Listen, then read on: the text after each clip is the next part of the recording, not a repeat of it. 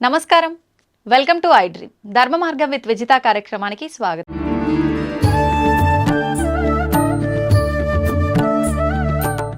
స్వామిజీ, ఇప్పుడు ఆహారం అన్నారు కదా, సాత్విక ఆహారం అని చెప్పి, అంటే మాంసాహారం తినే వాళ్ళు కూడా ఉంటారు.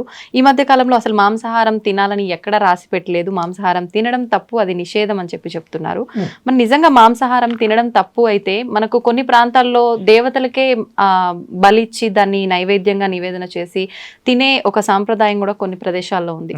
మరి మాంసాహారం నిషేధం అని ఎలా చెప్తారు? కరెక్ట్, మీరు అన్నది. దేవతలు బలి అడుగుతారు, ఆ బలి వాళ్ళకి ఇవ్వాల్సిందే.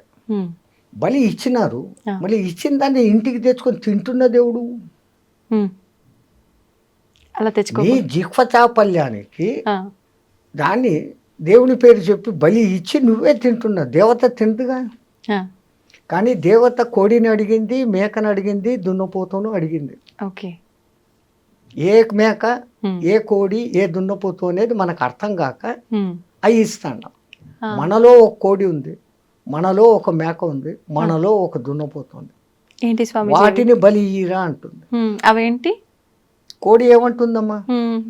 కుక్కురుకు అంటుంది. కోరిక కోరిక కోరిక అని మనం అంటున్నాంగా.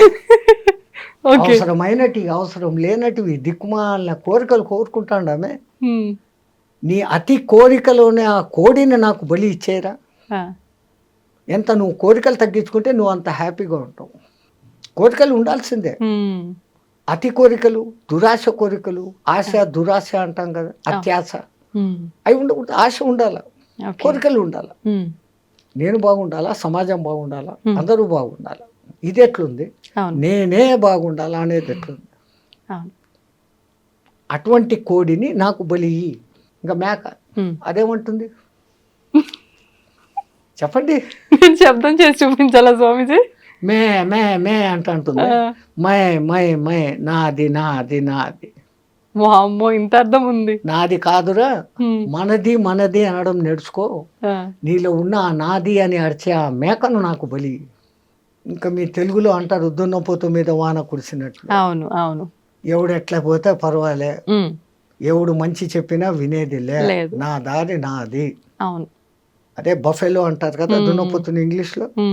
ఇప్పుడు మనం అందరం బఫెలోలమే. అంతే అంటారా? ఎందుకంటే బఫేలోకి పోయి డిన్నర్ చేస్తాం కదా. కరెక్టే కదమ్మా. ఆడ ప్లేట్ ఎత్తుకొని పిచ్చకాడలాగా కూర వేయి, పప్పు వేయి, సాంబారు వేయి అని అడుక్కుంటా తినేది. నిలబడి నడుచుకుంటా తినేది. దున్నపోతులే కదా ఆ పని చేసేది. మనం ఏం చేస్తాం, శుభ్రంగా ఒక పీట కూర్చుని ఇంకో పీట ఎత్తుగా వేసి, భోజనానికి ఎత్తు పీట వేసి, మనం చాప మీద కూర్చొని దాన్ని 3 సార్లు సంప్రోక్షణ చేసి దేవునికి అర్పించి ప్రసాదంగా తింటాం. అది తినే పద్ధతి. అన్నం తినేటప్పుడన్నా ప్రశాంతంగా కూర్చోకుండా వాటితో మాటలు, ఇంటితో మాటలు, ఆడొక చెంచా ఈడొక చెంచా, ఏం తిండేది.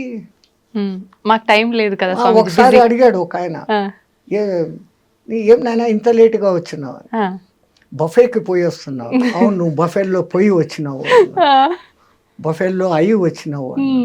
ఏం స్వామి అన్నాడు. మళ్ళీ బఫేలో చేసే పని నువ్వు చేస్తాడు. అది పోతా పోతా గడ్డి కనపడిందంటే తింటా పోతానే ఉంటావు. సో ఆ లక్షణాలు కావు నీలో ఉన్న ఆ అలసత్వం, అవికారత్వము. అటువంటి దున్నపోతు నీలో ఉంది. నువ్వు దున్నపోతు కాదు, మనిషివి. నీలో ఉన్న ఆ దున్నపోతుని మాకు బలి దేవతలు కొడతారు. వాళ్ళు కోరుకున్న అసలు బలి అది.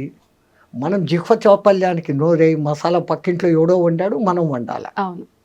ఇంకా కొంతమంది వాడి కోడికూర తినాలని ఉంది, ఇంట్లో తినకూడదు అని అన్నారంటే వాడికి ఆ రోజు పూనకం వచ్చేస్తుంది. అమ్మోరు నన్ను అడిగారు 2 కోళ్ళు ఇయ్యి అని. ఇంకా చచ్చినట్లు అమ్మోరు అడిగారు, కోళ్ళు ఇస్తారు. ఇచ్చినాడంటే వీడి ఇంటికి తెచ్చుకొని దాన్ని జుట్టు పీకి, కోడి పీకి, అది చచ్చేటప్పుడు అది ఎంత బాధపడుతూ వస్తుందో ఆ బాధే మనకి ఇప్పుడు శాపాల. ఈ దిక్కుమన్న కొత్త కొత్త రోగాలు, ఈ ప్రకంపనాలు, ఈ ప్రకృతి ప్రకోపాలు వచ్చేదానికి కారణం ఆ జంతు ఘోష. మరి ఇప్పుడు సాత్విక ఆహారం అంటే మొక్కలకు కూడా ప్రాణం ఉంటుంది కదా గురూజీ, అది కట్ చేసిన తర్వాత దాన్ని కూడా చంపినట్టు అవదా? మేక కాలు ఇంచేసి కోసుకొని తిన్నాం, మేకకు మళ్ళీ కాలు వస్తుందా? రాదు. మీరు చెట్టు నరికేయండి, చిగురు వస్తుంది మళ్ళీ. దేవుడు మనకి ఇచ్చాడు ఇది. ఇప్పుడు మాంసాహారం తినే జంతువులను మనం ఏం పేరు పెట్టి పిలుస్తాం? క్రూర జంతువులు అంటున్నాం. అవును. కూరలు ఉన్నాయి దానికి, ఆ. దాని పేగుల డిస్టెన్స్ తక్కువ. ఉమ్. అది ఒకసారి తిన్నాక 4-5 రోజుల వరకు దానికి అరగదు. ఆ. బాగా తిని నిద్రపోతున్న సింహం దగ్గరికి మీరు పోయినా అది మళ్ళీ మన మీద పంజా విసరదు. అది ఫుల్లీ సాటిస్ఫైడ్. ఆ. దానికి ఆ తిండి దేవుడు ఇచ్చాడు. ఓకే. దాన్ని క్రూర జంతువు అని పిలుస్తుండవు. మరి నువ్వు తింటున్నప్పుడు నువ్వు ఎవడివి? నువ్వు క్రూరుడివే. అవును. రెండవది, మాంసాహారం వండేటప్పుడు దాంట్లో దిక్కుమాలిన మసాలాలన్నీ వేస్తారు ఆ కంపు రాకుండా. ఈ మసాలాలు మనలో తమో గుణాన్ని రజోగుణాన్ని పెంచుతాయి. బాగా కారం తినండి, కంట్లో నీళ్ళు వచ్చేంత కారం తినండి. ఎవడో ఒకడు ఒక మాట అనగానే హై నన్ను అంటావా అంటారు, వెంటనే వస్తుంది కోపం. వస్తుంది. ఈ కోప ప్రకోపాన్ని కామ ప్రకోపాన్ని పెంచేది కారణం మనం తింటున్న ఆహారం. తో మనకు దేవుడు ఈ కాయగూడ్లు పండ్లు ఎన్ని ఇచ్చాడు. మీరు అన్నట్లు నిజంగా దాంట్లో కూడా ప్రాణం ఉంది, కానీ దాంట్లో మళ్ళీ చిగురించే శక్తి ఉంది. దీంట్లో అట్లా లేదు. అది ఒకసారి చచ్చిపోయింది, ఇంకా మళ్ళీ అది బతకదు అది. అయితే ఇప్పుడు మనం తీసుకునే ఆహార ప్రభావం వల్లే మనకు వచ్చే ఈ ఆరోగ్యానికి సంబంధించిన ఇబ్బందులు అనుకున్నాం కదా స్వామీజీ. మరి ఇప్పుడు చాలా వరకు మనం చేసుకున్న కర్మలను బట్టి మనకు ప్రతిదీ వస్తుంది అంటాం కదా. అంటే కొంతమంది ఎటువంటి ఆహారం తీసుకున్నా కూడా మంచిగా ఉన్న వాళ్ళు ఉంటారు, అన్ని రకాలుగా మంచి పూర్తి హెల్తీ ఫుడ్ తీసుకున్న వాళ్ళు కూడా అనేక రకాల ఇబ్బందులకు గురవుతుంటారు. వాళ్ళ కర్మలను బట్టి ఉంటుంది. ఓకే. గత జన్మ కర్మానుసారం వాళ్ళకి ఏం జరగాలనో అది జరుగుతూ ఉంటుంది. ఓకే. అయితే స్వామీజీ ఇప్పుడు ఈరోజు పేపర్లో మీరు చూసి ఉంటారు, యాంటీబయాటిక్స్ ఎక్కువగా ఇస్తున్నారు జంతువులకు, అవి త్వరగా గ్రో కావాలని, అవును అవును, ఎక్కువ బరువు తూగాలని. అవి ఆ బయోటిక్స్ దాని మాంస కణాలలోకి చేరి మనం తింటున్నప్పుడు ఆ యాంటీబయాటిక్స్ మనకి నెగటివ్ రోగాలు తెచ్చేదానికి కారణభూతమైతాండాయని సైంటిస్టులు చెప్తాండారు. Okay okay. అంటే మాంసాహారం తినకుండా ఉండడమే ఉత్తమం.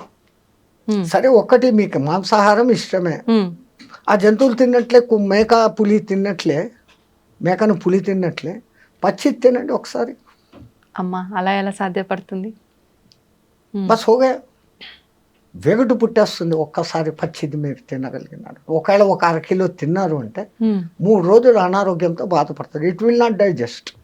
దాన్ని చండాలంగా ఉడకబెట్టి దాంట్లో ఏందేందో మసాలాలు వేసి మిగిలితే మళ్ళీ ఫ్రిడ్జ్లో పెట్టి 2వ దినం వేడి చేసి ఇట్లాంటి ఫుడ్లన్నీ తినడం మూలంగానే మన మెటబాలిజం, టైం క్లాక్ అన్నీ దెబ్బతింటాడు. కొన్ని ప్రాంతాల్లో పచ్చి మాంసం తినే మానవులు కూడా ఉన్నట్టుగా మనం చూస్తుంటాం. వాళ్ళు హ్యాబిచ్యువేటెడ్, వాళ్ళకు తరతరాలుగా వాళ్ళ జీన్స్ అది ఉంది. ఓకే. మనము తరతరాలుగా భారత రామాయణ కాలాల నుంచి ఆ ఋషిమునులు అందరూ కూడా సాత్వికాహారమే. అంతెందుకమ్మా, ఇప్పటికిప్పుడు భూమి మీద నీళ్లలో కాదు, నీళ్లలో తిమింగలాలు ఉంటాయి, భూమి మీద ఉండే అత్యంత బలమైన ఎత్తైన జంతువు ఏది? ఏనుగు. ఇంకా రెండోది ఖడ్గమృగం. అది పరిగెత్తా వచ్చి ఒక వ్యాన్ గుద్దిందంటే వ్యాన్ 3 పల్టీలు కొట్టి ఎగిరిపోతుంది. ఆ 2 తినేటి ఏంటి? గడ్డి. బలము తినే మాంసాహారంలో లేదు. కాయగూరలలో ఉన్నంత విటమిన్లు, ఖనిజాలు, లవణాలు మాంసాహారంలో లేవు. అన్నిటికన్నా విచిత్రము, ప్రపంచంలో ఏ జంతువు ఉడకేసి తినడంలే, అవి కంటద్దాలు పెట్టుకోవడంలే, చోటు మిషన్లు పెట్టుకోవడంలే. ఈ దిక్కుమాలనోడే పెట్టుకుంటున్నాడు. ఎందుకు అంటే ఉడకేసి తింటున్నాడు, సహజమైన తిండి తినడంలే. అందుకే ఇప్పుడు సహజ ఆహారము, పండ్లే తినండి, జ్యూసులే తాగండి, మళ్ళా పాతకాలం టైటిల్లోకే వస్తున్నాం. దునియా goal high, Phir K ఉదర్ co he ఆ జాయేగా, మళ్ళీ అక్కడికే వస్తున్నాం. అయితే ఇప్పుడు ఆహారము, మీరు చెప్పినట్టుగా ఆహారం పాతకాలంది రావటమే కాకుండా ప్రతిదీ కూడా వస్త్రాల దగ్గర నుంచి పాత్రల దగ్గర నుంచి ప్రతిదీ పాతకాలంవి మళ్ళీ ఇప్పుడు వస్తున్నాయి కదా స్వామీజీ. తప్పదు. ఇప్పుడు పంచకట్టు మళ్ళీ పెద్ద ఫ్యాషన్. అవును. ఎవడో సినిమాలో హీరో కట్టుకున్నా అంటే ఇంక అందరూ అయితే అంతే. ఈ గొర్రెదాటుడు వ్యవహారం వదిలిపెట్టి ఇంకోనితో కంపారిజన్ వదిలిపెట్టాలి ఫస్ట్. నేను నేనుగా ఉంటాను, నా వరకు నేను ఉంటాను, నేను బాగుంటే లోకము బాగుంటుంది, ఆ ఫీలింగ్తో ఉండగలగాలి. రెండవది న్యాచురల్గా ఏది వస్తుందో దాన్ని యాక్సెప్ట్ చేసుకోవాలి.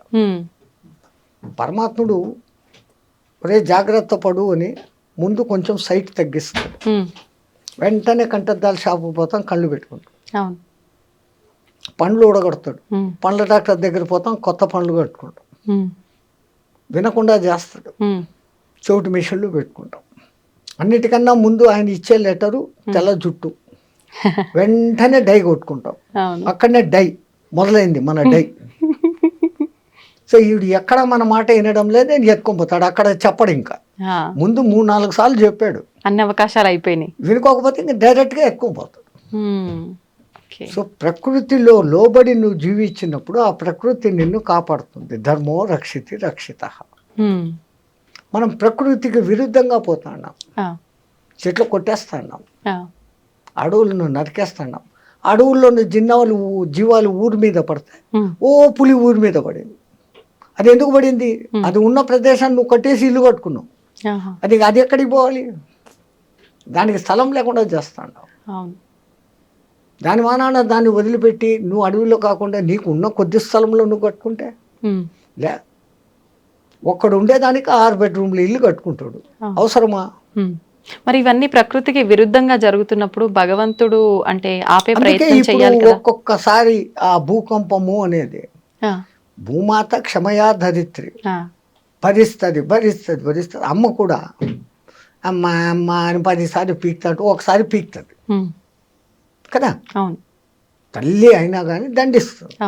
అట్లాగనే ఆ భూమాత భరించి భరించి భరించి ఈ జీవహింస, ఈ తవ్వకాలు, ఈ దమనకాండ అంతా చూసి చూసి చూసి ఏ రోజో ఒకరోజు కొంచెం అట్ట కదిలిద్దిస్తాడు, 2 సెకండ్లు కదిలితే చాలు, అంతా అతలాకుతలం, జై శ్రీరామ్ హో జాతా. ఈ మధ్య కాలంలో ఇలాంటివి భూకంపాలు, జలప్రలయాలు చాలా వరకు వచ్చిన సందర్భాలు ఉన్నాయి కదా స్వామీజీ. అంటే ఇవన్నీ పాపాలు ఎక్కువైపోవడం వల్లే అని అనుకోవచ్చా? ఇప్పుడు ఇంతకుముందు ఇంత వాహనాలు లేవు, అవును, వాతావరణం కాలుష్యమైంది, అవును, ఓజోన్ పొర దెబ్బతినేంత లెవెల్కు పోయింది. కార్బన్ డైఆక్సైడ్, కార్బన్ మోనాక్సైడ్, ఈ 2 పెరిగిపోయినాయి. అవును, పోనీ వాటిని గ్రహించుకొని ఆక్సిజన్ ఇచ్చే చెట్లను ఏం చేస్తున్నారు? నరికేస్తున్నారు. ఏమైపోతుంది మళ్ళీ? అదేమో ఎల్నినో ప్రభావం అనేది ఏర్పడి సముద్రాల ఉష్ణోగ్రత పెరుగుతుంది.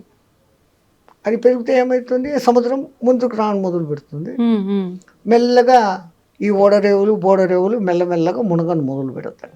అయితే ఇప్పుడు ఇలాంటి ప్రళయాలు వెంటగా రావటం వల్ల చాలా మంది అంటే ఎవరికి తోచినట్టుగా వాళ్ళు ఇంకా యుగాంతము వచ్చేస్తోంది, కలియుగం అంతమైపోతోంది, ఇలాంటివి 2025లో ఎక్కువ రాబోతుంది. కలియుగము మన వాళ్ళ లెక్క ప్రకారం 4,32,000 సంవత్సరాలలో ఇప్పుడు కృష్ణ పరమాత్మ కాలం చేసిన టైం నుంచి ఇప్పటికి లెక్కేసుకుంటే కలియుగ ప్రవేశం కృష్ణ పరమాత్మ పోయిన తర్వాత, పరీక్షత్తు రాజ్యం చేసేసిన తర్వాత అక్కడి నుంచి కలియుగం మొదలైంది. అంటే మహా అంటే 5,200-300 సంవత్సరాలు నడిచాయి మన లెక్కల్లో. ఓకే ఓకే, ఆ లెక్కల్లో ఇంకా 4,00,000 సంవత్సరాలు కలియుగం ఉంది. ఆ యుగాల పేర్లు ఆ మహానుభావులు ఎంత అద్భుతంగా పెట్టారు, ఎంత క్యాలిక్యులేషన్ ఉంది దాంట్లో. అవును, 4,32,000 సంవత్సరాలు టోటల్ చేయండి, 9 వస్తుంది. 4, 3, 2, 9. దాని పేరు కలియుగం. దానికి 2 ద్వాపర యుగం, అది 8,64,000 సంవత్సరాలు టోటల్ చేయండి, మళ్ళా 18. కలియుగానికి 3 త్రేతాయుగం, 12,96,000 సంవత్సరాలు టోటల్ చేయండి, 18. ఓకే. కలియుగానికి 4 కృతయుగం, 17,28,000 సంవత్సరాలు టోటల్ చేయండి, మళ్ళా 9. ఓకే. ఈ 4 యుగాలు కలిస్తే ఒక్క మహాయుగం. దాని టోటల్ ఎంత వస్తుంది? 43,28,000 సంవత్సరాలు టోటల్ చేయండి, మళ్ళా 9. 9 అనేది సర్వం ఖలిత్వం బ్రహ్మ.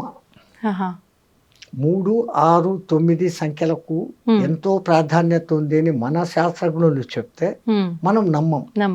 శంఖంలోంచి తీర్థం వస్తే బాగుంటుంది, ఇంగ్లీష్ వాడు చెప్తే నమ్ముతాం. అంతే. ఓ టెస్లా అనే ఒక ఇంజనీరు ఫారెన్లో, ఓకే, ఆయన ఈ 3, 6, 9 ప్రకారమే యూనివర్స్ అంతా కూడా నడుస్తుందని ప్రూఫ్స్తో చూపించాడు. ఆ అంకెల విచిత్రం కూడా అంతే తమాషాగా ఉంటుంది. రెండో ఎక్కాన్ని మీరు క్యాల్కులేట్ చేయండి. 2, 4, 6, 8. అది 3తో కలిసినప్పుడు 6 వచ్చింది. 2, 3, 6, 2, 4, 8, 2, 5, 10, మళ్ళా 1, 6, 20, 2, 6, 12, మళ్ళా 3తో కలిసింది, 3తో వస్తుంది. ఇట్లా ఏది చేసినా కానీ 3, 6తో కలిసినప్పుడు ఏ సంఖ్య అయినా కానీ మళ్ళీ దాంతో మిక్స్ అవుతుంది. అది కానప్పుడు అది వివిధ సంఖ్యలను చూపిస్తుంది. 1 నుంచి 9 వరకు అంకెలేసి 3ను రౌండప్ చేయండి, 6ను రౌండప్ చేయండి, 9ను రౌండప్ చేయండి. మిగతాటి క్యాలిక్యులేషన్ చేస్తే ఈ 3, 6, 9తో కలిసినప్పుడు అది ఆ సంఖ్యను చూపిస్తుంది. మిగతాటప్పుడు అంతా తమ ఇండివిజువల్ నెంబర్స్ చూపిస్తుంది. 3, 3, 9, 3, 4, 24, మళ్ళీ 6, అది అంతా 3, 6, 9 చూపిస్తుంది. ఇంకో సంఖ్యను చూపించట్లే. అట్లాగనే 6వ ఎక్కం తీసుకోండి, 6, 2, 12, 3, 6, 3, 18, 9, అవే రిపీట్ అవుతాయి. ఇంకా 9వ ఎక్కం అయితే మీరు ఎంత పెద్ద సంఖ్యని హెచ్చవేసి దాన్ని సింగిల్ డిజిట్కు తెస్తే ఇట్ విల్ బికమ్ 9. సర్వం ఖలిద్వం బ్రహ్మ, అంతా బ్రహ్మలో కలిగిపోతుంది అనే దానికి ఆ సంఖ్య సూచకం. సర్వం ఖలిద్వం బ్రహ్మ. అందుకే నవవిధ భక్తి మార్గాలు అని, నవగ్రహాలు. అసలు మన వాళ్ళు జపమాల 108 పూసలు ఉండాలి, అర్ధమాల 54 పూసలు ఉండాలి, నక్షత్రమాల 27 ఉండాలి. ఏది చెప్పినా కానీ 9. అట్లాగనే పూజలు అష్టోత్తర నామావళి, శతోత్తర నామావళి, అన్ని అష్టాదశ పురాణాలు, మహాభారతం 18 పర్వాలు. వ్యాసుడు వాడికి 18 సంఖ్య ఎంత ఇష్టం అంటే మహాభారతం 18 పర్వాలు, కురుక్షేత్ర సంగ్రామం 18 రోజులు, దాంట్లో అన్నిటికన్నా ఆణిముత్యం భగవద్గీత 18 అధ్యాయాలు. కురుక్షేత్రంలో పాల్గొన్న అక్షోహిణుల సంఖ్య 18, ఈ దిక్కు 11, ఈ దిక్కు 7 అక్షోహిణులు, 18 అక్షోహిణుల సైన్యం. అక్షోహిణి అంటే కూడా మళ్ళీ 9 వస్తుంది. ఇన్ని వేల రథాలు, ఆ రథాలకు ఇన్నింతల ఏనుగులు, ఇన్నింతల గుర్రాలు, ఇన్నింతల కాల్బలం అనే లెక్క ఉంది. ఆ లెక్క తీసుకుంటే మళ్ళీ అదంతా కూడా 9. ఆఖరికి మహాభారత యుద్ధం అయిపోయినాక మిగిలిన మహాయోధులు కూడా 9 మందే. అంటే ఇదంతా ఒక ప్రణాళిక ప్రకారం జరుగుతుందా స్వామీజీ? Universe moving along the calculation of 369. మీరు ఆయన టెస్లా గారి పుస్తకాలు రెఫరెన్సులు చూసి మీరు వచ్చింది కదా ఇప్పుడు ఈ గూగుల్ దాంట్లో చూసినారంటే ఆయన దాని గురించి ఇచ్చిన వివరణ బ్రహ్మాండమైన వివరణ. ఈవెన్ పిరమిడ్ నిర్మాణంలో కూడా 3, 6, 9 కనెక్షన్ ఉంది. అంతెందుకు మన శ్రీచక్రం, అమ్మవారి శక్తులు 5, అయ్యవారి శక్తులు 4, 5, 4, 9. అసలు గురుపూసలు 108 పెట్టి ఒకటి గురుపూస అని పెడతారు, జపం చేస్తామంట. చేస్తే ఏమొస్తుంది అని అంటారు.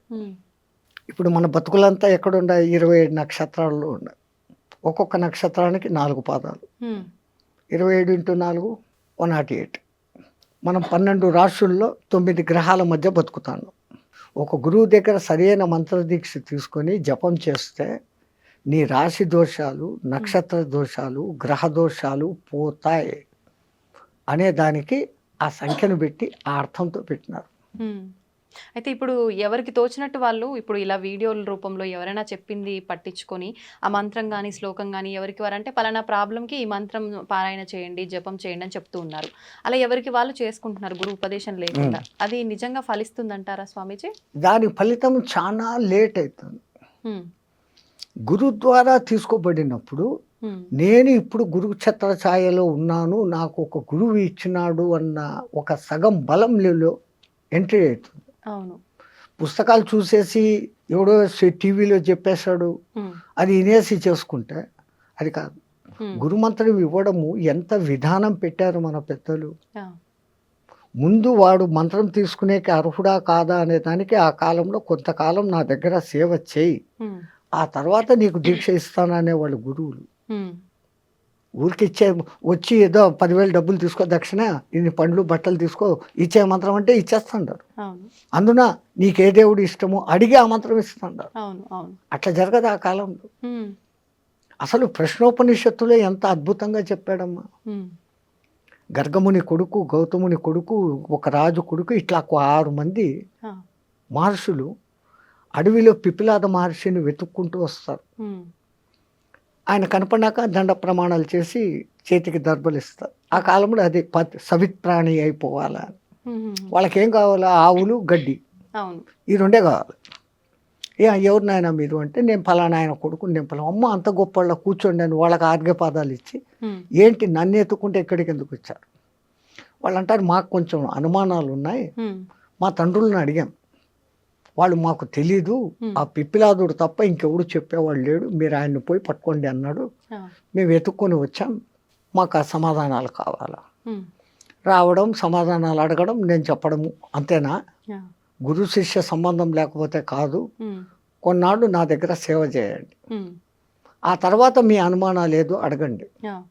ఒక బాంబు వేశాడు అక్కడ, నాకు తెలిస్తే చెప్తాను అన్నాడు. 1 సంవత్సరం నా దగ్గర సేవ చేయండి, సేవ చేసినాక మీ ప్రశ్నలు అడగండి, నాకు సమాధానం తెలిస్తే చెప్తాను. మనం ఈ కాలం వాళ్ళం ఏమనుకుంటాం? సంవత్సరం సేవ చేస్తాం, అడుగుతాం, నాకు తెలుదురా అన్నాడంటే మన గతి ఏం? సంవత్సరం పాయా. మన మెంటాలిటీ ఇదే. వాళ్ళు ఆజ్ఞాపించండి గురుదేవ, ఏం చేయమంటారు? నువ్వు ఆవులు మేపకరా, నువ్వు సమిధలు తీసుకురా, నువ్వు గోశాల శుద్ధం చేసి సంథింగ్ డ్యూటీలు చెప్పేస్తున్నారు. వీళ్ళు డ్యూటీల్లో సర్వనిమగ్నం అయిపోయినారు. సంవత్సరమైన సంగతి కూడా తెలియదు. ఒక దినం సాయంత్రం 4 గంటలకు వాళ్ళంతా ఆవులు మేపుకొని అంతా వచ్చి కూర్చున్నప్పుడు, నాయన స్నానం చేసి రండి, మీరేదో ప్రశ్నలు అడుగుతామన్నారు కదా. ఆ సంవత్సరం అయిపోయిందా గురువాడు? అయిపోయింది అన్న. ఇలా స్నానం చేస్తారు, వచ్చినారు, మీ ప్రశ్నలు ఏదో అడగండి, నాకు తెలిస్తే చెప్తాను. మళ్ళీ మొదటిది, వీడు అసలు నా దగ్గర పనిచేసే అర్హుడా కాదా, ఈ సంవత్సరంలో వాని మెంటాలిటీ ఏంటి, వాని మనోక్షేత్రం శుద్ధమైందా లేదా. మనస్సు అనే పొలం, క్షేత్రం శుద్ధం చేయిందా, వీడు అర్హుడు అని ఆయన కనిపిస్తాడు. అప్పుడు అంటాడు. కానీ రెండోసారి నాకు తెలిస్తే చెప్తాను అని చెప్పడం, నాకే తెలుసు అన్న గర్వం ఎవరికి ఉండకూడదు. అప్పుడు అంటాడు, ఒకడు అడుగుతాడు, ఈ జీవుడు రాకేంటి, పోకేంటి, చంద్ర మార్గం ఏంటి, సూర్య మార్గం ఏంటి, ధూమ మార్గం ఏంటి, అసలు పురుషులలో షోడశ పురుషుడు అంటాడే ఎవడు అతను, ఇట్లాంటి మహత్తరమైన ప్రశ్నలు మళ్ళీ వేస్తాడు. ఇంకా అదంతా పెద్ద విషయం. ఈ సంగతి ఎందుకు చెప్తున్నానంటే, ఒక గురువు ముందు శిష్యుణ్ణి శోధన చేస్తాడు. ఇప్పుడు ఫీజులు తీసుకొని స్కూళ్ళల్లో కూర్చొని జీతాలు తీసుకొని 30 మందిని వేసేసి మేకమందలాగా చెప్పి ఇడిచిపెట్టడం కాదు. అప్పుడు ప్రతి ఒక్కడు వింటున్నాడా లేదా, వానికి అర్థమైందా లేదా, వాడు ఏ స్థాయిలో ఉన్నాడో వానికి ఆ స్థాయిలో నేర్పించు, తనంత వాడిని తనకన్నా మించిన వాడిని చేసేవాళ్ళు ఆ కాలంలో గురువులు.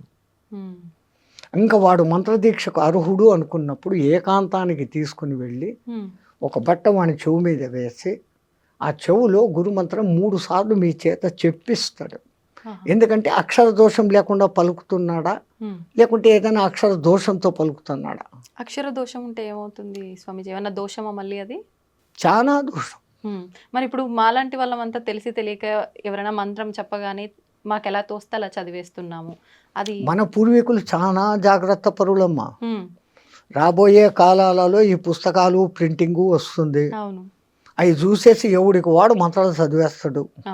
ముద్రా రాక్షసం జరుగుగా కానీ ఒక శాపం పెట్టేస్తున్నారు, ప్రింటింగ్ మిస్టేక్.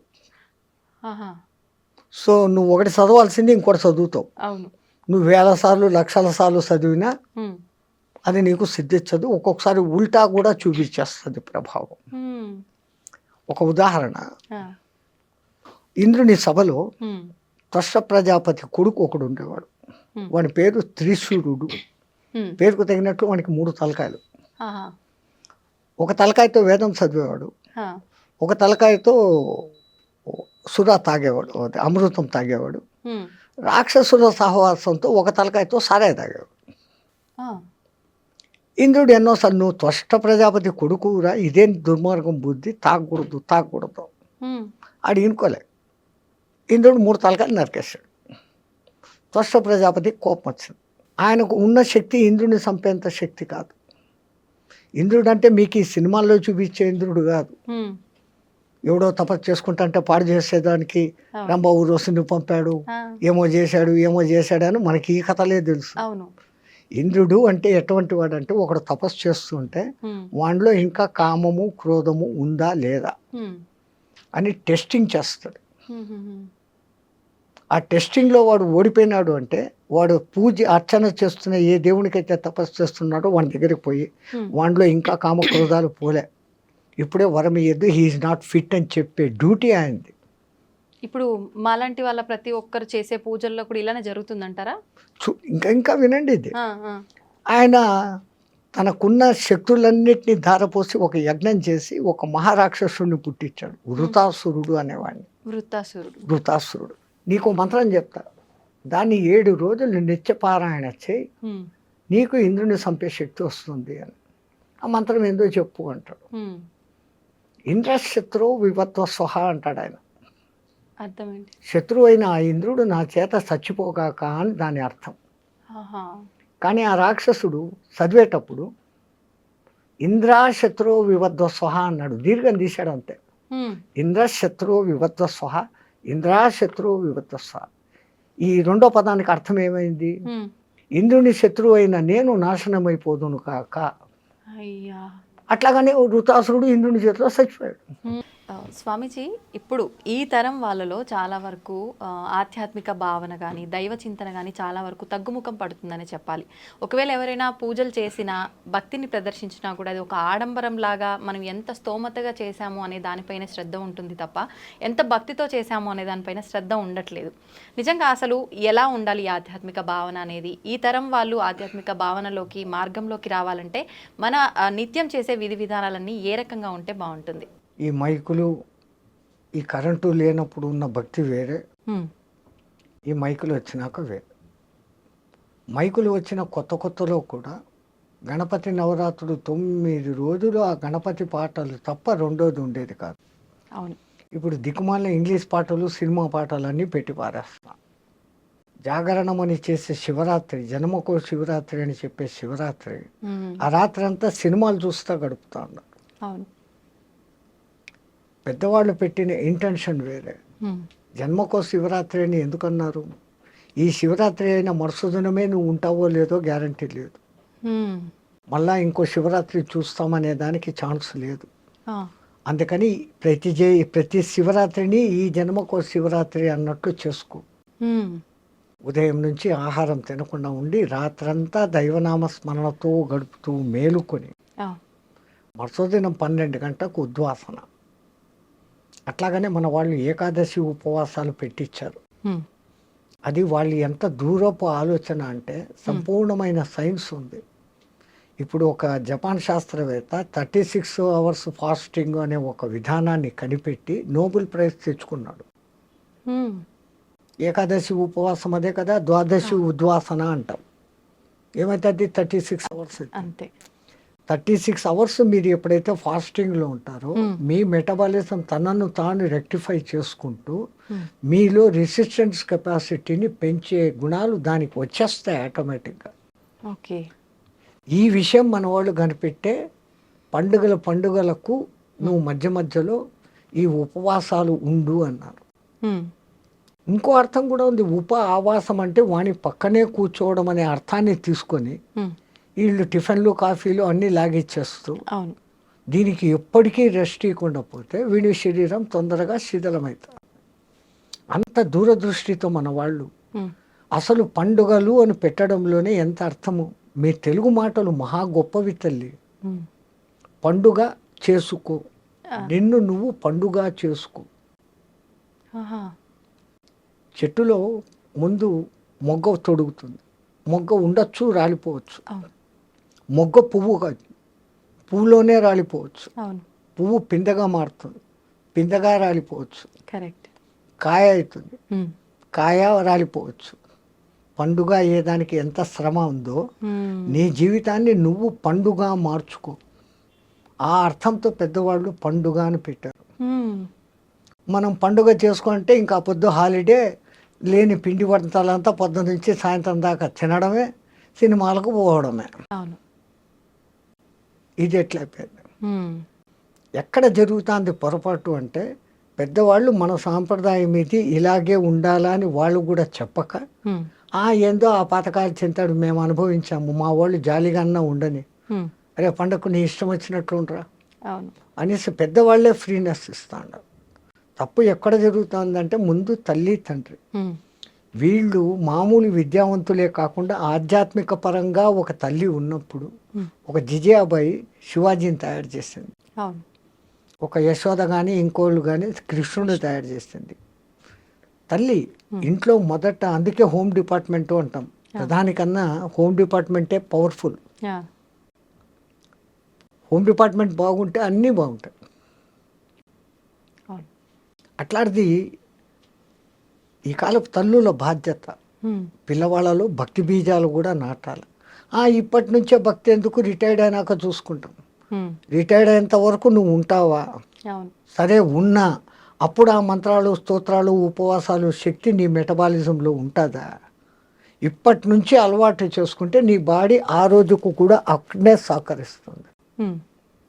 అందుకే విద్యాభ్యాసం చేసేవాడికి మన వాళ్ళు 4 వ్యవస్థలు పెట్టారు. బ్రహ్మచర్యం, విద్యాభ్యాస కాలం అంతా కూడా మంచి విద్య నేర్చుకో, ఆ తర్వాత గృహస్థాశ్రమంలోకి ప్రవేశించు, ఆ తర్వాత కొడుకులో పెండిళ్ళు అయిపోయినాక భార్యను అనుమతి తీసుకొని నువ్వు వస్తావా ఉంటావా, అక్కడ మన ఇద్దరం స్నేహితులు అన్నట్లు వానప్రస్థం. ఆ చిట్ట చివరిది సన్యాసం, సర్వసంగ పరిత్యాగం. అంత 4 వ్యవస్థలు మనోళ్ళు పెట్టారు. ఈ భక్తి తగ్గిపోవడానికి కారణము మనమే. చెప్పిన శాస్త్రం ప్రకారం చేసి తీరాలా అని ఒక గట్టిగా చెప్పేవాడు లేకపోయి, do as you like, do as you like అనే వ్యవహారానికి దిగబడి కాంప్రమైజేషన్లోకి రాబట్టి ఇట్లా జరుగుతుంది. గణపతిని, మట్టి గణపతినే తయారు చేయాలి. అది మళ్ళీ నిమజ్జనం చేస్తే నీలో నుంచి వచ్చింది తేరా తుజుకో అర్పణ అన్న భావన. అట్లానే శివార్చనలు చేస్తే బంకమన్నుతో నది పక్కనే శివార్చన లింగం చేసి నీళ్లు పోస్తూ ఉంటే అది మళ్ళీ కరిగిపోయి మళ్ళీ నదిలో కలిసిపోతుంది. నీది నీకే అర్పణం అన్న భావన. ఇంతింత అర్థాలతో మన వాళ్ళు పెట్టినారు. ఇప్పుడు యాక్రిలిక్ లింగాలన్నీ సెటప్ చేసి దానికి లింగాభిషేకాలు, పూజలు, దీపారాధన. ఆ బర్త్డే పొద్దు 50 బర్త్డే అంటే 50 దీపాలు వెలిగించి 50ని ఊది పారేసి కేక్ కట్ చేసుకొని తింటాడు. మనది దీపాలు ఆర్పే సంస్కృతి కాదు, దీపాలు ముట్టించే సంస్కృతి. పూర్వీకులు ఏం చేసేవాళ్ళు, ఒకవేళ రాజవంశాల్లో వాళ్ళు వీళ్ళు బర్త్డేలు చేసుకోవాలంటే వాడు ఎన్నో బర్త్డే అయితే అన్ని గుళ్ళల్లో అన్ని దీపాలు వెలిగించి రావాలి. దీపం జ్యోతిపర బ్రహ్మ దివ్యన సాధ్యతే సర్వస్వం దీపం సర్వతమోవహ అని దానికి చెప్తూ ఆ దీపం వెలిగించాలి. ఒకప్పుడు సూర్యభగవానుడు మునిగిపోతా అయ్యో నేను పోతా ఉండనే, రాత్రి చీకటి అయిపోతే ఈ జనాలంతా ఏమవుతారు అనుకుంటే ఓ చిన్న దీపం చెప్పిందంట, డోంట్ వరీ డోంట్ బాదర్, నేనున్నాను, నువ్వు బోట్ రెస్ట్ తీసుకో, రేపు పొద్దున రానిందంట. ఇంత చిరు దీపం చాలు కదా ఈ గది అంతని వెలిగించేదానికి. ఆ దీపం వెలిగించుకునే దాంట్లో ఎంత అర్థం మనోళ్ళు పెట్టారు మీకు చెప్పే ఉంటాను, మళ్ళీ చెప్తాను. ఒక దేశంలో కొంచెము మంచి జ్ఞాని అయినా కానీ అప్పుడప్పుడు తిక్క ప్రశ్నలు వేసే రాజు ఒకడు ఉండేవాడంట. ఈ జనాలకందరికీ సభలో ఉండే వాళ్ళకు భయం, వీడు ఏ పొద్దు ఏ తిక్క ప్రశ్న వేస్తాడో, సమాధానం చెప్పకపోతే జైలు, కొరడా దెబ్బలు, రాజు ఏమనేకి లేదు. అట్లా బిక్కుమంటా అన్న ఒక దినము ఈయనకి తిక్క ప్రశ్నలు వేసే మూడు వచ్చింది. సభలో అందరూ జాగ్రత్తగా వినండి, నాకు 3 అనుమానాలు వచ్చాయి, దాన్ని తీర్చాల.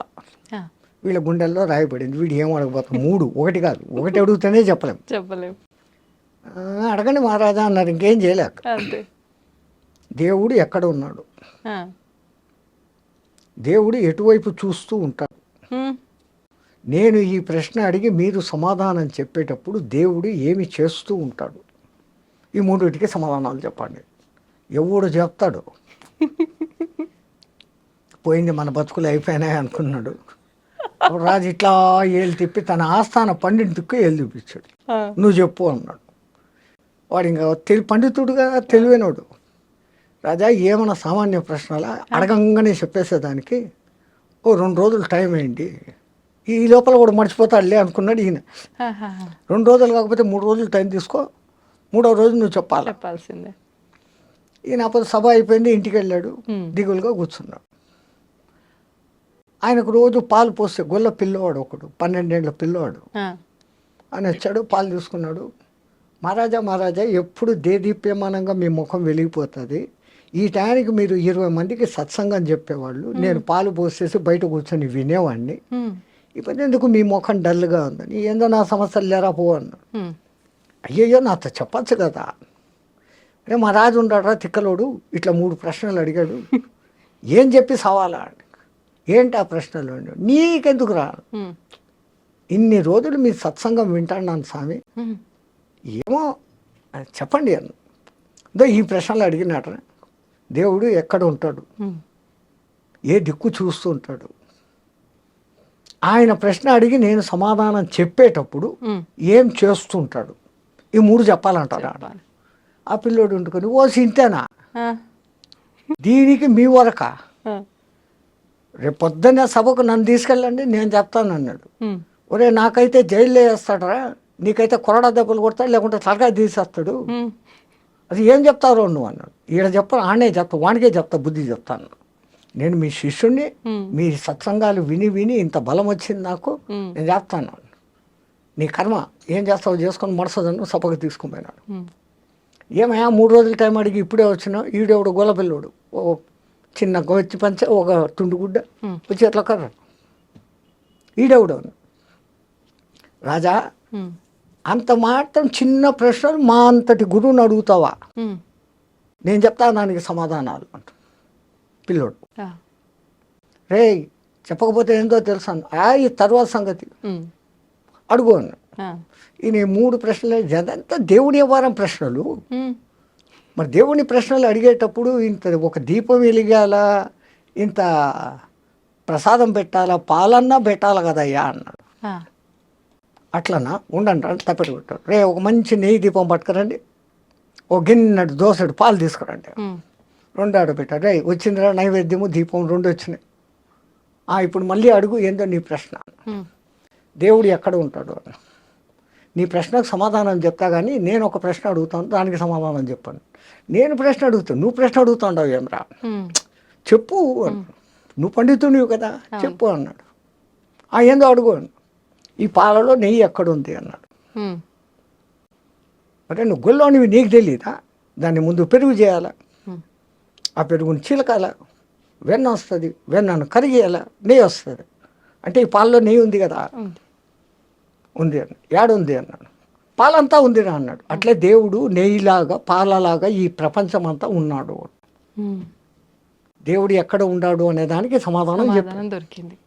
రాజుగారి బుర్ర పనిచేసింది. ఓ అమ్మో ఇది ఎవడో తక్కువడు కాదు. ఇంకా 2వ దొరుకుతాను, దీనికి ఏం చెప్తాడు, దేవుడు ఏ దిక్కు చూస్తున్నాడు రా రాజా, ఇప్పుడు వెలిగించినామే ఈ దీపం, దీని కాంతి ఏ దిక్కు పోతుందో చెప్పు అన్నాడు. దీపపు కాంతి అన్ని దిక్కులా పోతుంది అన్నాడు. దేవుడు చూడని దిక్కు లేదు, అన్ని దిక్కులా చూస్తున్నాడు. ఇంకా ఈయనకి టెన్షన్ వచ్చేస్తుంది. అని ఇది ఎట్లా చెప్తాడు ఇప్పుడు, నేను ప్రశ్న అడిగేటప్పుడు నువ్వు ఏం చెప్తావో, నువ్వు సమాధానం చెప్పేటప్పుడు ఆయన ఏం చేస్తుంటాడో చెప్పాలా. మరి 3వ ప్రశ్న తెలుసు కదరా మళ్ళా చెప్పమంటావా అని. అదే నాకు ఒక అనుమానం, నువ్వు ఇంత గొప్ప పండితునివి, ఎక్కడైనా అడిగేవాడు కింద చెప్పేవాడు పైన ఉండాలి కదా, నీకు ఆ జ్ఞానం లేదా అన్నాడు. అట్లనా అనేసి పీట వేసుకొని ఈయన కింద కూర్చొని రా సింహాసనం ఎక్కువ పైన కూర్చొని చెప్పు అన్నాడు. ఈడు సింహాసనం మీద గొల్లోడు కూర్చున్నాడు. ఇప్పుడు చెప్పు ఏందో ఆ ప్రశ్న అన్నాడు. మళ్ళా అడుగుతావు ఏందిరా, నేను ఈ ప్రశ్న అడుగుతున్నప్పుడు నువ్వు సమాధానం చెప్పేటప్పుడు దేవుడు ఏం చేస్తున్నాడు, ఇదే చేస్తుంటాడు, గొల్లోని సింహాసనం ఎక్కించినాడు, రాజుని నేల మీద కూర్చోబెట్టినాడు. అసలు దాంట్లో మర్మం ఏమంటే చంచలమైన ఈ మనస్సులోకి గురుమంత్రం అనే పెరుగు వేసినప్పుడు అది చంచలత్వం పోయి స్థిరమవుతుంది. ఓకే. ఆ స్థిరమైన స్థితిలో నీ తపన అనే కవ్వం వేసి చిలికినప్పుడు అది వెన్నగా మారుతుంది. ఈ తపన తపస్సుగా మారినప్పుడు ఆ వెన్న కరిగి నెయ్యి అవుతుంది. ఈ నెయ్యి కరిగి ఇంకోటి అయ్యేది ఛాన్స్ లేదు. బూడిద నెయ్యి రెండు ఒకటే. బూడిదను మీరు ఎన్నిసార్లు కాల్చినా అది ఇంకో రూపు ధరించదు. నెయ్యిని ఇంకా ఎన్నిసార్లు కాల్చినా అది ఇంకో రూపు ధరించదు. చిట్ట చివరికి నెయ్యిగా మారిపోవడం, ఒక స్థిరత్వాన్ని పొందడం. పాలలో స్థిరత్వం లేదు, అది పెరుగు వచ్చింది. పెరుగు పెరుగులో నుంచి వెన్న వస్తుంది. వెన్న కరిగి నెయ్యి అయినాక ఇంకేమీ లేదు. అది దాని అర్థం. అట్లాగానే దీపం ఏ దిక్కు చూస్తుంది అన్నాను. అసలు ముందు దీపం ఏంటి? చంచలమైన మనస్సుని స్థిరంగా పెట్టి దాంట్లో భక్తి అనే నూనె పోసి గురువు ఇచ్చిన మంత్రం అనే ఒత్తి వేసి నువ్వు తప్పించినప్పుడు ఆరణిలో మంటలాగా పుట్టి ఆ జ్యోతి వెలుగుతుంది. అది మనలో పుట్టే జ్ఞానజ్యోతి. అందుకని మన పూర్వీకులు నీలో జ్ఞానజ్యోతి వెలగాలంటే ముందు భక్తి ఉండాలి. ఆ భక్తిని ఈ విధంగా నవవిధ భక్తులు ఉన్నాయి, ఇదేనైనా స్వీకరించు. ఈ నవవిధాలు కాకుంటే ఇంకా ఫైనల్ భక్తి ఇంకోటి ఉంది, వైరభక్తి. అంటే శత్రుత్వపు భక్తి. భగవంతుడి పైన కోపంతో వచ్చేదా స్వామీజీ? శత్రుత్వం. అసలు మనం దేవుణ్ణి 10 సార్లు తలుచుకుంటే శత్రువు 20 సార్లు తలుచుకుంటాడు. అవును. మీరు ఎవరికైనా 10 మంచి పనులు చేశారు, ఆ 10 మందిలో ఎవడో ఒక్కడు మిమ్మల్ని తలుచుకుంటాడు. అదే మీ మీద కోపం ఉండేవాడు మీ ఎదురు కనపడినప్పుడు అంతా లేదు, మీ ఫ్రెండ్ ఎవడైనా కనపడితే కూడా వాడు అట్ట చేశాడు, వాడిని పోతున్నాడు రోడ్డు మీద, వాడు అట్ట చేశాడు, వాడి పేరు 100 సార్లు చదువుతాడు. హిరణ్యకశిపుడు అంతే. ఎక్కడున్నాడ్రా హరి, ఎక్కడున్నాడ్రా హరి, ఈ ప్రహ్లాదుడు చెప్పిన దానికన్నా 100 సార్లు ఎక్కువ వాడు చెప్పాడు. వాడికి మోక్షం వచ్చింది. అనన్య భావంతో భగవత్ చింతనం, ప్రతిఫలాక్ష లేపకుండా దేవుని చింతనం అంతవరకే చేయాలి. కానీ లాభాల కోసము ఫలితాల కోసము మనం దేవుణ్ణి చింతన చేస్తాను. గుడికి పోయినా మనం చేసే పని ఇదే. భక్తిభావం జనాల్లో ఉండాలా అని గుడి అనే వ్యవస్థ, గుడి కాదు దాని పేరు ఆలయం, అందులో లయం అన్న పేరు పెట్టారు. ఆలయం. ఆ ఆలయ నిర్మాణం ఎట్లుండేది? పెద్ద గాలిగోపురం ఉండేది, లోపలికి వచ్చినాక బలిపీఠం ఉండేది, ధ్వజస్తంభం ఉండేది, ఆ తర్వాత సంగీత మండపం ఉండేది, దాని తర్వాత నృత్య మండపం ఉండేది, ఆ తర్వాత దర్శన మండపం ఉండేది, ఆ తర్వాత గర్భగృహం అనేది ఉండేది. ఆ గర్భగృహంలో చీకటి ఉండేది, ఒక చిన్న దీపం, దేవుడు కనపడకుండా ఉంటాడు. మనం పోతే పూజారి కర్పూర్ సే ఉస్కో కర్పూరంతో హారతి ఇచ్చినప్పుడు ఆ పైనుంచి ఆ పబ, ఆ దివ్యమంగళ రూపము, ధరించిన ఆయుధాలు, కాళ్ళు అన్నీ చూపించుకొని ఆ చూసిన దాన్ని అంతా కళ్ళ నిండుగా చూసి అక్కడ మళ్ళీ పైన ధ్యాన మండపం అని ఉంటుంది. అక్కడ కాసేపు కూర్చొని ధ్యానించుకో, నువ్వు చూసిన దాన్ని ధ్యానించుకొని మన పెద్దోళ్ళు ఇంత గొప్ప వ్యవస్థ పెట్టినారు. అంటే భగవంతుని దర్శనం తర్వాత కాసేపు గుళ్ళో కూర్చోవాలి అనడానికి అర్థం ఇదేనా స్వామిజీ? నువ్వు కన్నారా ఏమి చూసినావు, ఏ ఆయుధాలకు ఏ అర్థము, ఎందుకు ఆమె ఆయుధాలు ధరించింది, ఆమె అతడు ఆయన. విష్ణువు అయితే శంకు చక్రాలు ఉంటాయి, ప్రధానంగా ముందు ఆ 2 కనపడతాయి. శం ఖం, శుభకరమైన ఆకాశం. ఖం అంటే ఆకాశం, శం అంటే శుభకరం, ఖం అంటే ఆకాశం, మంచి ఆకాశం. ఆ భావనతో నీకు చూసినప్పుడు ఆ దేవుని యొక్క సుదర్శనం, మంచి దర్శనం అవుతుంది. సుదర్శనం చక్రం కాదు, సుదర్శనం. అందుకే గజేంద్ర మోక్షంలో కలడు వాడు కలడు లేడు అని ముందు మొత్తుకొని ఆ తర్వాత ప్రాణములు ఠావులు తప్పే నువ్వును తప్ప ఇహపరంబులను ఎరంగని కావవే వరద అని అడిగినప్పుడు ఆ కరి మొల ఆలకించి ముందు ఆయన పంపింది ఏంది? సుదర్శనం. దానికి ముందు వీనికి దుష్ట దర్శనం. నేను ఆ భార్యలు చూస్తుండారు, నేను రాజును, డామ్ డూమ్ అని ఎగిరినాడు. సుదర్శనమైనప్పుడు అవును. జరిగింది. దాని పేరు సుదర్శనం. ఉమ్, అట్లాంటి భావనతో నువ్వు చూసి ఆ భావనలన్నీ అనుకొని అక్కడ కూర్చోరాని ఇంత గొప్ప వ్యవస్థ పెట్టారు. అవును. మనమంతా ఆలయాలకు పోతున్నాం. ఉమ్, అన్నిటికన్నా మన పెద్దోళ్ళు చెప్పింది ఆలయం బయటనే చెప్పులు వదిలిపో. అవును. ఆ చెప్పులు వదలడంలో వాళ్ళ అర్థం ఏంటి? ఉమ్, ఆ చెప్పులను వదిలేసినట్లు నేను కలెక్టరు, నేను ఆడ, నేను మగ, నేను బ్రాహ్మణ్, నేను క్షత్రియ, నేను వైశ్య, ఉమ్, ఇవన్నీ ఏది కాదురా. ఆ, నేను జీవాత్మ, నువ్వు పరమాత్మ, నీలో లయం అయ్యేదానికి, ఉమ్, నాలో ఉన్న దుర్గుణాలను బలి ఇచ్చేదానికి, నాలో ఉన్న సద్గుణాలను ధ్వజస్తంభంలాగా నిలిపేదానికి ఉమ్, ఇక్కడికి వచ్చాను అన్న భావనతో నువ్వు పోవాలా అని మన పెద్దోళ్ళు చెప్పులు బయట వదలమన్నా. ఓకే. ఇన్ని అర్థాలతో పెడితే ఉమ్, మనం ఏం చేస్తున్నాం? చెప్పులేమో బయట వదులుతున్నాం. చెప్పారు కదా అవును. పెద్దోళ్ళు, మ్మ్. చెప్పులు బయట వదులుతాం. అవును. చెప్పులు వదిలిపెట్టి గర్భగుడిలోకి పోయి దర్శనం చేసుకొని ధ్యానం చేసేదానికి ఒక్క నిమిషం అటు కూర్చొని లేచి ఉమ్, మళ్ళీ బయటకు వస్తాం. అవును. ఇంత చేసే ఈ టైంలో మనకు తెలియకుండానే ఒక కొత్త మంత్రం జపిస్తాం. అది ఎవడూ చెప్పడు. ఆ మంత్రం మనకే వచ్చేస్తుంది. ఏంటి స్వామిజీ? బయట వదిలిన చెప్పులు ఉంటాయో పోయి ఉంటాయో. కొత్త చెప్పులు మొన్ననే కొనుక్కున్నా. అదే కదా ఈ తిప్పలే. అవును. మళ్ళా వాడు అక్కడ ₹2 అడుగుతాడే అని ఆడిచ్చం. అవును. ఎన్నో గుర్తుగా ఒక బండ కింద చెట్టు కింద దాపెడతాం. ఆ దిక్మాలిన ₹2 వాడికి కూడా ఇచ్చేది బుద్ధిలే. అవును. ఇంత ఈ బుద్ధులు పెట్టుకొని వాడి దగ్గరికి పోయి మళ్ళీ ఆడ వాడిని రికమెండేషన్లు అడగడాలు. ఆ, మా మొగుడికి ప్రమోషన్ 3 ర్యాంకుల ప్రమోషన్ వస్తే 3 టెంకాయలు కొడతా. ఉమ్, కొంపదీసి 2 ర్యాంకులు వచ్చినాయి అనుకో, 2 టెంకాయలు. 1 ర్యాంకు వచ్చింది అనుకో, 1 టెంకాయ. ర్యాంకు రాలేదు అనుకో, అసలు టెంకాయ కొట్టం. ఈ డిమాండ్ చేయడం అనేది కరెక్టే అంటారా స్వామీజీ?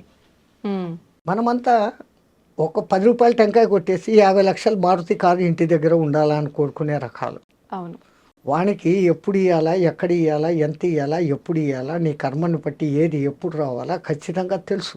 ఉమ్, వాడు ఇచ్చేది ఇస్తాడు.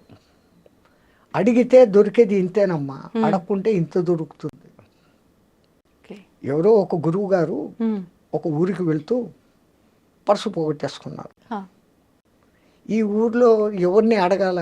ఉమ్, ఆయన గొప్ప గురువు, పేరు ప్రతిష్టలు ఉన్నాయి, మానం ఉంది, అభిమానం ఉంది. ఉమ్, ఎవడైనా నా ఒక శిష్యుడు కనపడితే ఉమ్, వాడిని అడగవచ్చు, అర్హుడు కదా అనుకొని చూస్తా పోతున్నాడు. ఉమ్, ఆయనకు దూరంలో నిజంగానే ఆయన శిష్యుడు ఒకడు కనపడ్డాడు. ఉమ్, అయ్యో మా గురువుగారు వస్తూ ఉంటారు, ఆయనకి ఏదైనా దక్షిణ ఇస్తే బాగుంటుంది అని ఆయన దగ్గర ఉన్న పెద్ద నోట్ల కట్టలో నుంచి 10 ₹100 తీసి పక్కన పెట్టి పై జోబులో పెట్టుకున్నాడు రెడీగా. ఆహా, ఆయన ఎదురు వస్తున్నాడు, ఈయన వస్తున్నాడు. గురుగారు నమస్కారం. నాయన చిరంజీవ, అరే నాయన ఒక చిన్న సమస్య వచ్చిందిరా, ఉమ్, నేను పక్క ఊరికి పోతే మా ఊరు ₹100 టికెట్కు డబ్బులు కావాలరా. ఉమ్, వీడు అడిగినాడు కాబట్టి ఆ, వాడు 1000 ఇవ్వదలుచుకున్నాడు. ఉమ్, ఆ 1000లో నుంచి 100 తీసిస్తాడు. అరే, ఉమ్, వీడు అడగకున్నానంటే అవి ఇచ్చేవాడు. భగవాన్ కా భీ వహీ హోతా హై, దేవునికి కూడా అదే ఉంటుంది. కానీ పెద్దలు ఒక సామెత చెప్తారు కదా స్వామీజీ, అడగంది అమ్మాయిన అన్నం పెట్టదు కదా అది అమ్మే మరి కాదు. అని. ఉమ్, ఆకలిరిగి టయానికి అన్నం పెట్టేది నిజమైన అమ్మ. ఏ అమ్మ అయినా కానీ అంతే. పిల్లోడు ఆడుకుంటుంటాడు, వాడు తినే టైం అయిందని చెప్పి రా రా అని లాక్కొని వచ్చి కుక్కేస్తుంది. ఉమ్, అది తల్లి ప్రేమ, అన్కండిషనల్ లవ్. ఉమ్, ఉమ్, ప్రపంచంలో అన్ని లవ్లు బుటకం, అన్నిటి వెనకలా స్వార్థం ఉంది. ఉమ్, తల్లి ప్రేమ ఒక్క దాంట్లోనే నిస్వార్థత ఉంది. అవును. పెంపుడు జంతువుల ప్రేమలో కూడా నిస్వార్థత ఉంది. ఉమ్, అవి చూపించేంత అఫెక్షన్ మన సొంత బిడ్డలు చూపరు. అవును. ఒక కుక్కను మీరు పెంచుతారు, 4 రోజులు ఊరు వదిలిపెట్టిపోయి రండి, ఉమ్, ఎట్లా మిందపడి చుట్టూ తిరిగి ఎంత అది అవును. ప్రేమ చూపిస్తుందో. నిజం స్వామీజీ. మన పిల్లలు ఏం చేస్తారు? ఏం తెచ్చినావు నాన్న? బొమ్మలు తెచ్చినావా, చాక్లెట్లు తెచ్చినావా, బిస్కెట్లు తెచ్చినావు, బట్టలు తెచ్చినావా? Um, exchange, love exchange, money. Um, but unconditional. వాడు కొడుకు మంచోడా చెడ్డోడా, డబ్బులు ఇచ్చాడా ఇయ్యలేదా, ఉమ్, తల్లి ఆకలి చూస్తుంది. ఉమ్, వాడు ఏ సమయంలో ఎవడు 10 మంది కొడుకులు ఎవడు ఏ కూర రుచిగా తింటాడు, అవును. ఏది ఎక్కువ తింటాడు, ఏది తక్కువ తింటాడు, ఎవడికి ఏ టైంలో పెట్టాలా, ఉమ్, ఉమ్, అన్నీ ఆ మహాతల్లి భరించి చూసుకొని చేస్తాను. ఉమ్, ఈ ప్రపంచంలో ఇంకా ఉంది అంటే ఒక్కటి తల్లి ప్రేమ, అన్కండిషనల్ లవ్. అందుకే మన పూర్వీకులు మాతృదేవో భవ అని మొదలుపెట్టినారు. అవును. ఆ తల్లి 9 మాసాలు మూసి కంటది, ఆ తర్వాత తన రక్తాన్ని పాలుగా పాసి వానికి ఇస్తుంది, వాని మలమూత్రాలు అసహించుకోకుండా ఎత్తుతుంది, వాడిని బాగా జోలలో వేసి నిద్ర పుచ్చి అప్పుడే తింటామని కూర్చొని మొదటి ముద్ద నోట్లో పెట్టుకోగానే ఈ పులియారగాడు అమ్మ ప్రేమ అన్నం చూస్తుందా బిడ్డను చూస్తుందా అని వాడిని గిచ్చుతాడంట భగవంతుడు. పులియారు మా అంటే గణపతి. వాడు కొయ్య అనగానే ఈమె చేయి వదిలేసి కడుక్కొని లేసిపోతుంది పరిగెత్తే. వాడు అప్పుడే గలీజ్ చేసి ఉంటాడు, తీసి కడిగి శుద్ధం చేసి మళ్ళీ వచ్చి కూర్చొని అప్పుడు తింటున్నాడు. వాడు అనను మొదలు పెట్టంగానే అమ్మ అను, మా అమ్మ అను మొదట అక్షరాలు నేర్పే మొదటి గురువు తల్లి. వానికి అన్నీ కొంచెం తెలిసి వచ్చినాకదో ఈడు మీ నాయన అని చూపిస్తే వాడు నాయన. తల్లి ఎవరిని చూపిస్తే వాడు నాయన, ఇంకోటి కాదు.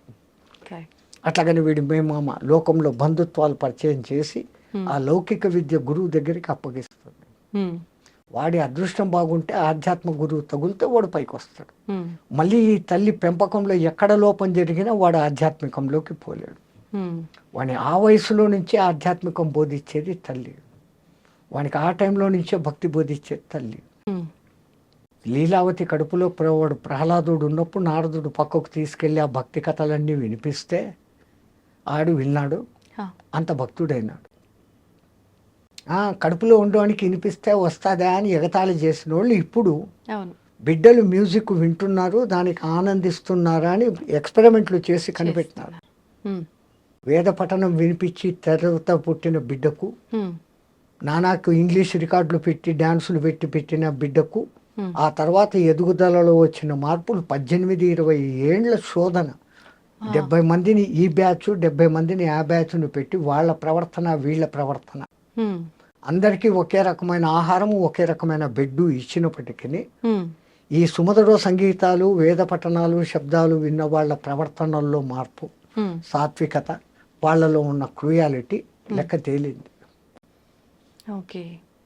సో మొట్టమొదట మన తల్లులు మారాలి. మై సన్ ఈ studying in English medium, he doesn't know Telugu అనే దిక్కుమాలిన లోకానికి వచ్చాం. ఆ ఇంగ్లీష్ ఏం సేపు చెప్తుంది? ఏ ఫార్ యాపిల్ తిండి తిను, బి ఫార్ బ్యాటు కొట్టుకో తలకాయ బోలు కొట్టుకో ఆడుకో, తర్వాత పిల్లులు కుక్కలు, C for cat, D for dog,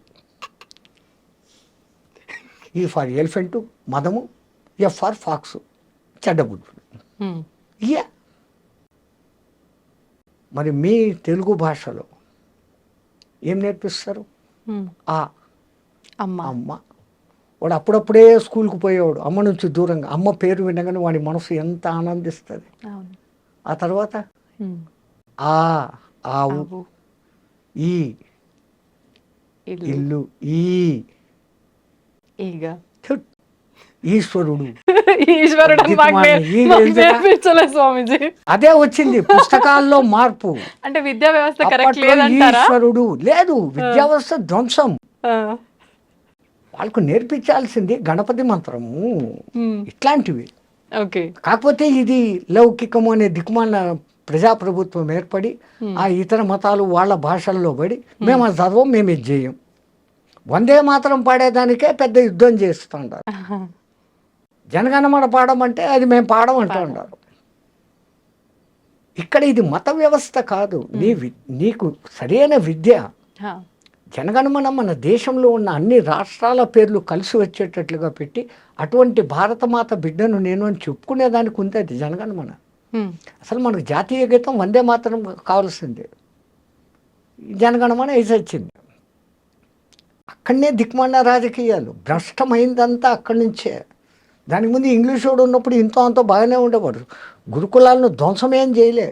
English ముందు జాస్తి తీసుకురావాలి, వాని అవసరం.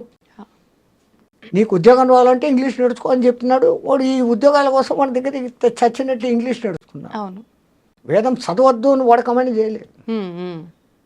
వాడు బండి కింద నీళ్లు, అదేమంటారు, చాప కింద నీరు, చాప కింద నీళ్లు లాగా ఏం అనకుండానే ధ్వంసం చేసేసినాడు.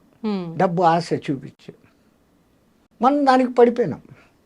కానీ అంటే ఆలోచిస్తే ఒక రకంగా ఇప్పుడు శాస్త్రాలు, వేదాలు, పురాణాలు తెలుసుకుంటే మనకు ఒక మంచి జ్ఞానం వస్తుంది. కానీ ఇప్పుడున్న పరిస్థితుల్లో ఉద్యోగము, మన అవసరాలకు నేను చెప్తున్నాను, పొట్టకూటికి ఇంగ్లీష్ నేర్చుకోండి, మీ భాషను మర్చిపోకండి. ఉమ్, అసలు అవమానకరమైన విషయం ఏంటమ్మా, ఉమ్, ఎవడైనా ఇంకో దేశస్థుడు వచ్చి నీ దేశ భాష ఏదే నన్ను అడిగితే నేను సిగ్గుతో తల వంచుకోవాలి.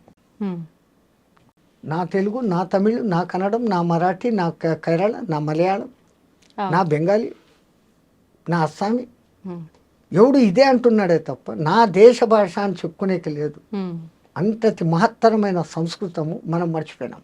హా, కంపల్సరీ మస్ట్ అండ్ షుడ్ సంస్కృతం నేర్చుకోవాలి. ఉమ్, కష్టము అనుకున్నాను. ఆ సంస్కృతానికి బిడ్డ హిందీ. దేశాన్ని ఒక్క బంధంలో నిలబెట్టగలిగింది అదొక్కటే. దేశ భాష లేదు మనకు, పేరుకు ఉంది హిందీ అని, ఉమ్, కానీ కానీ ముందు ఇంగ్లీష్లో రాస్తాడు, మళ్ళీ వాడిని లోకల్ భాషలో రాస్తాడు. ఆ హిందీని ఎన్నో మూల ఇంత సన్న అక్షరాలతో రాస్తాడు, చీమల్లాగా కనపడకుండా. వ్యవస్థ